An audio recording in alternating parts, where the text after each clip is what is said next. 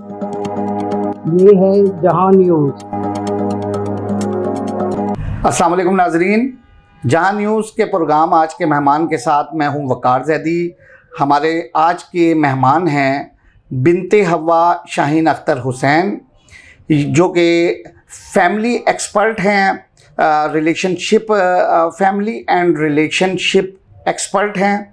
और जिस तरह इनके नाम से ही ज़ाहिर हो रहा है कि ये दो ख़ानदानों को जोड़ने के लिए अपने तमाम वसाइल, अपनी तमाम दुआएं, अपनी तमाम तजर्बे इस्तेमाल करती हैं। ये CEO हैं बिनते हवा family counselling and training institute की। इनसे सबसे पहले हम इनका तारुफ जानेंगे। अस्सलाम वालेकुम मैडम। वालेकुम अस्सलाम। कैसी हैं आप? ठीक हैं, खैरियत से हैं? अच्छा मैडम, आपने सबसे पहले ये बताना है कि कब से ये आप काम कर रही हैं? ये जो इसके लिए जो एक्सपर्टी होती है, जो तजर्बेकारी होती है, क्या ये दुनियावी होती है या इसका कोई रूहानियत से भी ताल्लुक़ है? और किस अंदाज में आप ये काम कर रही हैं? बहुत शुक्रिया वकार साहब। पहली बात तो ये कि आपका बहुत शुक्रिया, आपने मुझे अपने प्रोग्राम में इनवाइट किया।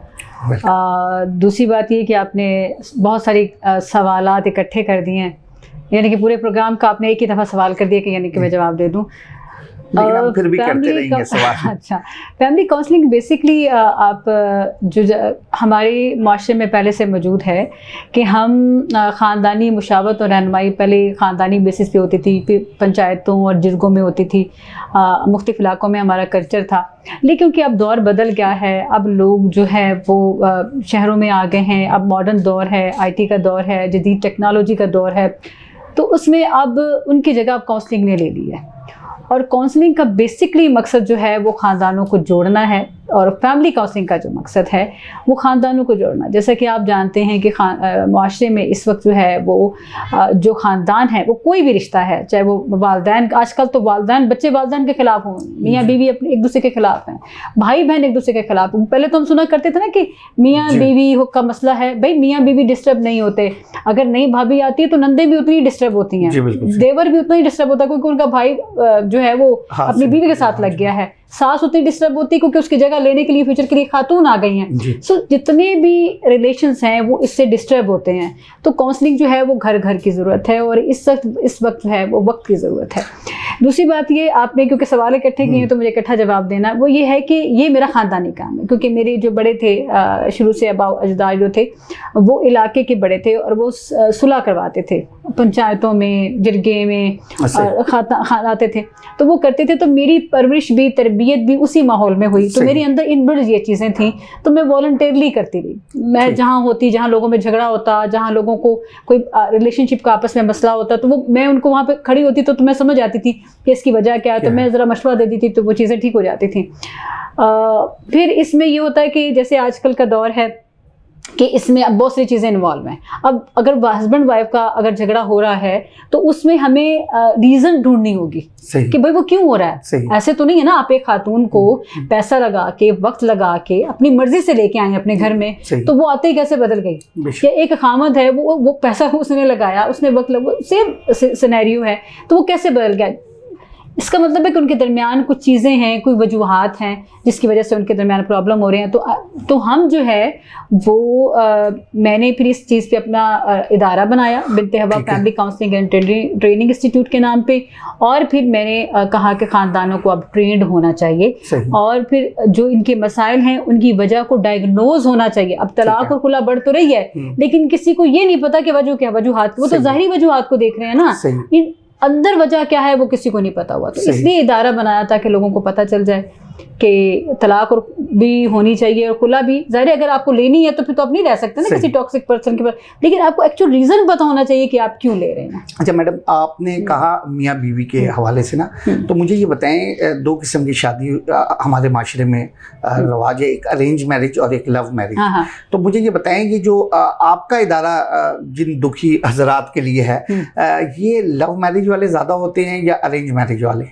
देखिए, हमारा सब्जेक्ट है मैरिज, हमारा सब्जेक्ट है रिलेशनशिप। ठीक है। वो चाहे लव की शादी हो या अरेंज शादी हो या वैसे रिलेशनशिप हो, आपका वर्क प्लेस पे रिलेशन है, आपका दोस्तों से रिलेशन है, आपका नेबर से रिलेशन है, आपका अजनबी से रिलेशन, अजनबी भी तो एक रिलेशन है ना, आप उसका एहतराम, उसका इज्जत करना। मैं रिलेशनशिप एक्सपर्ट्स हूँ, मैं ये नहीं देखती कि वो लव है या अरेंज है। ठीक है, नहीं जो लोग आपसे रुजू करते हैं, नहीं ऑल काइंड, मैंने आपसे कहा ना कि ऑल काइंड, मेरे पास तो देवर भी बेचारे सताए हुए आते हैं, मेरे पास नंदे भी आती हैं। तो कभी ऐसा इत्तेफाक हो कि एक ही खानदान के सारे लोग आ गए हों, अपना अपना अलग अलग आपसे रब्ता करें, हमारे लिए कुछ करें, जैसे मियाँ भी आ गए हो और बीवी भी आ गई हो?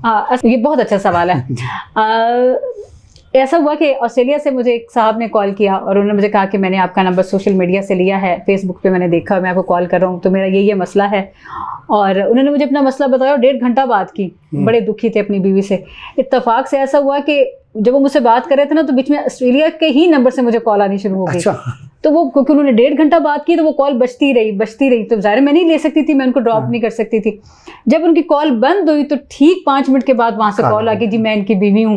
उन्होंने ये नहीं बताया कि मैं उनकी बीवी हूँ, उन्होंने कहा जी मैं अपने हस्बैंड से तंग हूँ, क्योंकि वो दोनों सेपरेट रह रहे थे, तो दोनों जो है वो अलग-अलग थे, तो वो फिर दोनों ने, उनको पता नहीं था कि हमने एक बंदे करना है, लेकिन वो इस तरह से मैडम वैसे बताइएगा कि उन्होंने ये सवाल तो नहीं किया कि अभी भी मेरे हस्बैंड 1.5 घंटा किसी खातून से बात कर रहे थे? ये भी मुझे बड़ा अच्छा सवाल लगा, लेकिन असल में ऐसा उन्होंने किया था। उन्होंने कहा कि वो भी किसी एक्सपर्ट को ढूंढ रहे हैं, हो सकता है वो आप ही हो, क्योंकि उनका नंबर बिजी जा रहा है। अच्छा, ये रियलिटी होगी। अच्छा मैडम, मुझे ये बताइएगा कि सबसे ज्यादा जो मसाइल हैं वो क्या आपने क्या फेस किए, यानी जो लोग अपने मसाइल भी तो बताते होंगे ना कि जी हमारे साथ ये मसला है। कोई देखें, लाजमी सी अपने आप को दुरुस्त क्या है कि ये आप दूसरे की गलती का बता सकते हैं किसी को, तो जो लोग आपसे रुजू करते हैं वो ये भी बताते होंगे इस वजह से ये मसला है। एक तो कॉमन सी बात हो सकता है जो हम समझते हैं, जो मुल्की मईशत की जो सूरत हाल है, महंगाई की जो सूरत हाल है, वो तो है ही है, लेकिन इसके अलावा और क्या ख़ास बातें ऐसी होती हैं जो हमारे मसाइल, ताकि हमारे नाजरीन खुद से सुन के भी वो भी अपने अंदर कुछ तब्दीली बेहतरी की जानिब वो हमारे इस प्रोग्राम के ज़रिए अपना रहन सहन बेहतर कर सकें? बड़ी कॉमन सी बात है कि वकार पहले ऐसा होता था कि रिश्ते जो थे वो रिश्तेदारों में होते थे, या अपने जानने वालों में होते थे, या रेफरेंस से होते थे। प्रॉब्लम ये बन गई कि अब रिश्ते हो रहे हैं सोशल मीडिया के थ्रू, वेबसाइट्स, ये जो शादी की वेबसाइट है इनके थ्रू, और ये जो हैं क्या कहते हैं, जो मैच मेकर्स जो हैं, अब इनके थ्रू हो रहे हैं। अब 2 अजनबी हैं, अब उनकी आपस में पहले से कोई अंडरस्टैंडिंग नहीं है। शादी के बाद मियाँ 10 दिन की छुट्टी लेता है, 15 दिन की छुट्टी लेता है, उसके बाद वो दफ्तर पे चला जाता है, खातून पीछे हो जाती है वाले सास के। अब मियाँ बीवी में इतनी कम्युनिकेशन नहीं हुई होती कि मियाँ जब घर वापस आता है 15 दिन की छुट्टी के बाद, या 1 महीने के बाद जब ऑफिस जाता है, या 1 महीना शादी को हो गया होता है, तो माँ ने जो पलंदा खड़ा होता है ना, हस्बैंड उसको अंडरस्टैंड नहीं कर सकता। बेसिकली जो प्रॉब्लम है वो कम्युनिकेशन का है कि नए शादीशुदा जोड़ों में या पुरानों में या वालदैन में भी, इस वक्त जो वालदैन बच्चों के खिलाफ खड़े हैं, सबके दरमियान जो मेन इशू है वो कम्युनिकेशन का है। जब तक आपकी खुल के कम्युनिकेशन नहीं होगी, आपके अंदर अंडरस्टैंडिंग नहीं होगी। जब अंडरस्टैंडिंग नहीं होगी तो आपके अंदर ट्रस्ट बिल्ड नहीं होगा। जब ट्रस्ट बिल्ड नहीं होगा तो मुझे बताएं कि ये सारी चीज़ें फिर किस तरह से चलेंगी। जब ट्रस्ट नहीं होता तो फिर ज़्यादा शक होते हैं, शुबहात होते हैं, इल्ज़ामात लगते हैं, और बंदा फिर वहम में पड़ जाता है शायद उससे बात कर, क्योंकि आपकी कम्युनिकेशन नहीं है। कुछ लोग ये कहते हैं कि जी बंदे को आपस में कम बात करनी चाहिए। मैं ये कहती हूँ कि हस्बैंड वाइफ को शादी के शुरू में, या इवन शादी के अगर पुरानी भी होगी, ज़ाहिर है सब सुन रहे हैं, तो अगर जितनी भी अपने साथ क्वालिटी टाइम गुजारें। अगर आप अपने मन से पूछें कि आप अगर अपने तई सिंसियर हैं अपनी बीवी के साथ, अपने पार्टनर के साथ, तो आपके अंदर एक यकीन आएगा होगा कि वो भी मेरे साथ सिंसियर है। सही। तो जब तक आपके अंदर डाउट्स हैं, आपने कुछ चीज़ें छुपा के रखी हुई है, तो ये एक कुदरती कानून है कि फिर डेफिनेटली वो उसने भी छुपा के रखा होगा। सही। नहीं, ये तो कुछ चीज़ें आ जाती ना कि जैसे किरदार पे शक वाली बात है, और दीगर कभी कभी होता है ना कि काम नहीं कर रही खातून, काम नहीं कर रही, या शौहर बिल्कुल ही घर बैठा हुआ है, वो काम नहीं कर रहा, वो अपनी जिम्मेदारियां नहीं, ये इस टाइप की भी कोई मसाइल आपके पास? ज़्यादा नहीं देखें, हर तरह के ये डिपेंड करता है सिचुएशन पे, एरिए पे। अब KPK के जो मसाइल हैं वो पंजाब के नहीं हो सकते, होते। सही। बलूचिस्तान के मसाइल या सिंध के मसाइल भी पंजाब के नहीं और पंजाब के मसाइल वहाँ के नहीं। ये डिपेंड करता है सिचुएशन पे। हम एक जनरल सिनेरियो तो बता देते हैं, मियाँ को ऐसा होना चाहिए, बीबी को ऐसा होना चाहिए, आजकल मुआशरे में ये मसाइल हैं, बट वो हर एक पे बात फिट नहीं आती है। सही। कोई हर का अपना ये कहना हर किसी का अपना, किसी की जबरदस्ती शादी हुई है, किसी की पसंद की हुई है, कोई बेचारी तशद्दुद में, अब ये कहें कि बीवी को ऐसी होनी चाहिए, वो बेचारी तशद्दुद में मार खा रही है, तो वो कैसे वैसी हो सकती है? या मियाँ एक बीवी के सामने दबा हुआ, आजकल औरतें भी तो बहुत ज्यादा बदज़बान है, डाडी होती हैं तो वो कैसे वो बीवी बन सकती है? डेफिनेटली जब तक हम उनकी सिचुएशन को ऑन द डेप्थ और केस के मुताबिक अंडरस्टैंड नहीं करेंगे, हम उनको मशवरा नहीं दे सकते कि वो ऐसे हैं या वैसे। डिपेंड करता है सिचुएशन। लाजमी बात है, आपके पास बैरून मुल्क से भी, बल्कि आपने भी कहा, बताया भी, वहाँ से भी लोग रुजू करते होंगे पाकिस्तान से। हमारे मुल्क में ज़्यादातर किन इलाकों से और किस तबके से, यानी कि होता है ना कि हम कहते हैं कि बड़े अमीर लोग हैं, गरीब लोग हैं या मुतवसत तबका, यानी कि किस टाइप के, किस कैटेगरी के लोग आपसे ज़्यादा रुजू करते हैं? एक बात आप याद रखिए कि ये जो फैमिलीज इश्यूज है ना बहुत अमीर तबके का मसला है, ना बहुत गरीब का तबके का मसला होता है, क्योंकि इन दोनों तबकात में रिश्ते जो होते हैं वो सेटल्ड होते हैं। उनको पता होता है कि मैं बिजनेसमैन हूँ, मैंने बिजनेसमैन बेटे से ही शादी करनी है। मैं क्या कहते हैं, उसको गरीब होता है तो उसको पता है मैंने अपने लेवल की बेटी।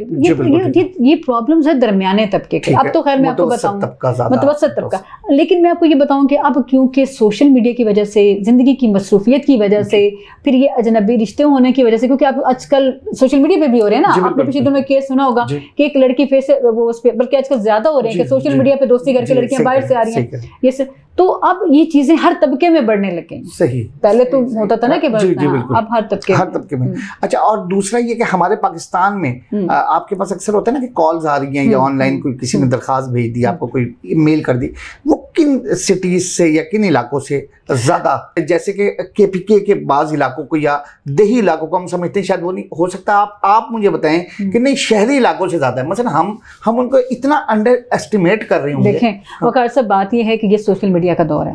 जितना सोशल मीडिया शहरी यूज़ कर रहे हैं उनसे ज़्यादा सोशल मीडिया जो है वो देहाती कर रहे हैं, गरीब लोग कर रहे हैं। ठीक है। तो प्रॉब्लम्स ये जो है ना, अब ये तबकों पे नहीं रहे, एरियो पे नहीं अब ये ठीक है, हर घर का मसला ये हो गया। ठीक है। अच्छा मैडम, मुझे ये बताएं कि आपने काफ़ी अब तक एक तो कितने किए, ये भी हमारे नाज़रीन को ज़रूर बताइएगा कि अंदाज़न कमोबेश कितने केसेस आपने हल किए हैं?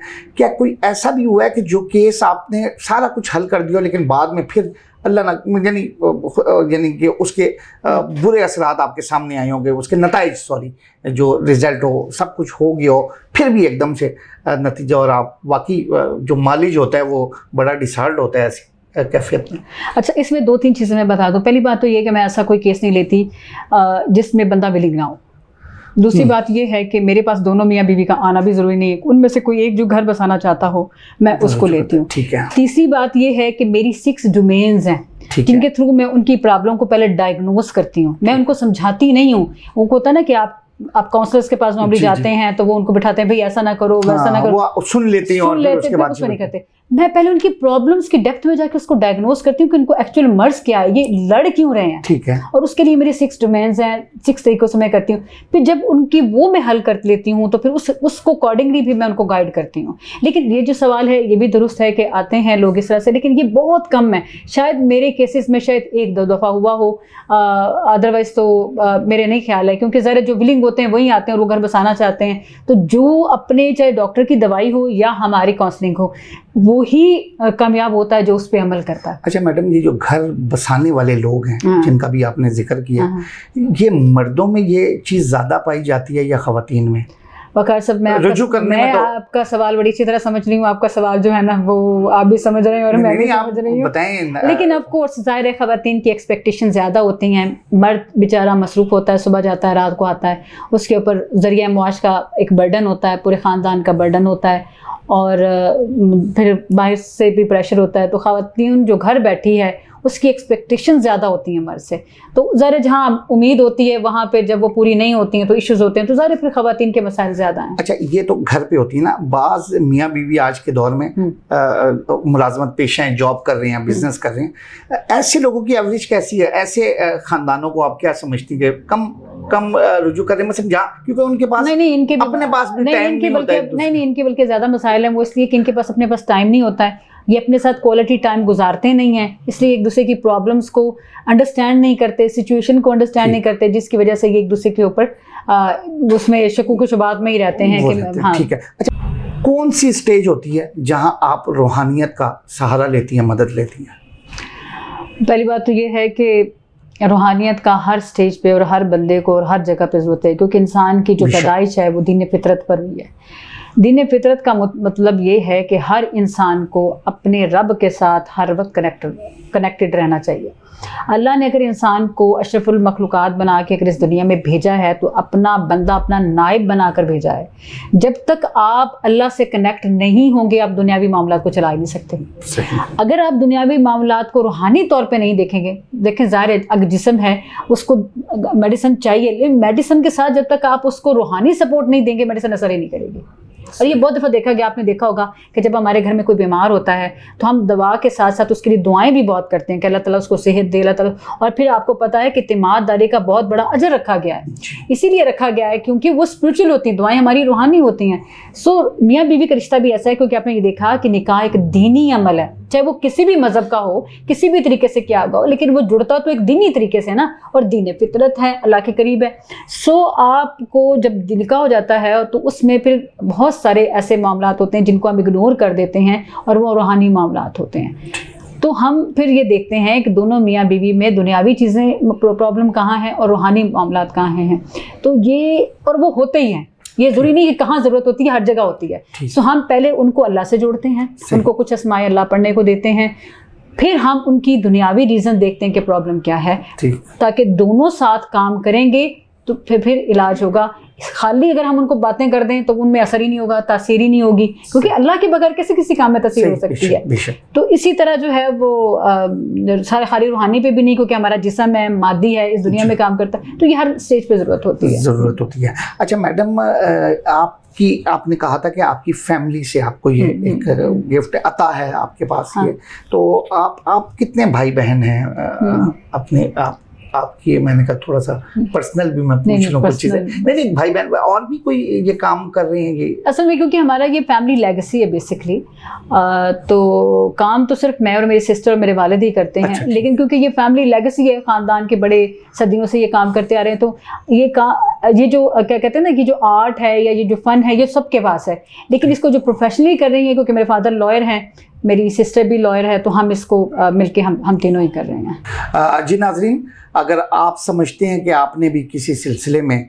बिनते हवा शाहीन अख्तर हुसैन से रब्ता करना है तो डिस्क्रिप्शन पे जाके इस वीडियो के साथ अपने कमेंट्स में मैडम से आप रब्ता भी कर सकती हैं। हमारे चैनल को सब्सक्राइब करते रहिएगा, लाइक करते रहिएगा। इसके साथ आपके साथ साथ मैं अपनी मेहमान बिनते हवा शाहीन अख्तर हुसैन से भी इजाज़त चाहूँगा। अल्लाह हाफिज़। पाकिस्तान जिंदाबाद। ये है जहां न्यूज़।